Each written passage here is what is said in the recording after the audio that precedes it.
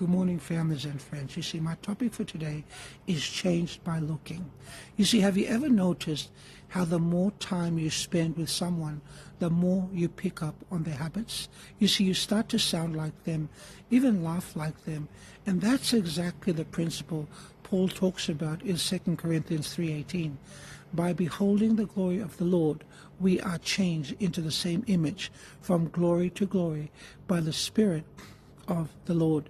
You see, friends, in other words, transformation happens not by gritting our teeth and trying harder, but by looking to Jesus. You see, the more we focus on him, his patience, his kindness, his love, the more his character becomes part of us.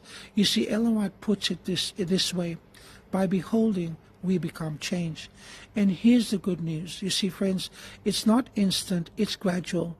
Paul says from glory to glory. You know, just as a child doesn't grow in one day, we don't become Christ-like overnight. You see, the Holy Spirit patiently reshapes us step by step, removing selfishness, planting love, turning weakness into strength.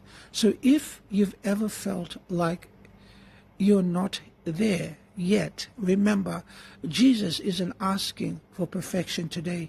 He's asking for your gaze. Fix your eyes on him, and he will do the transforming. You see, friends, in the end, we don't just try to reflect Christ, we become reflections of Christ until one day when he comes, we will see him face to face and shine with his glory forever. God bless.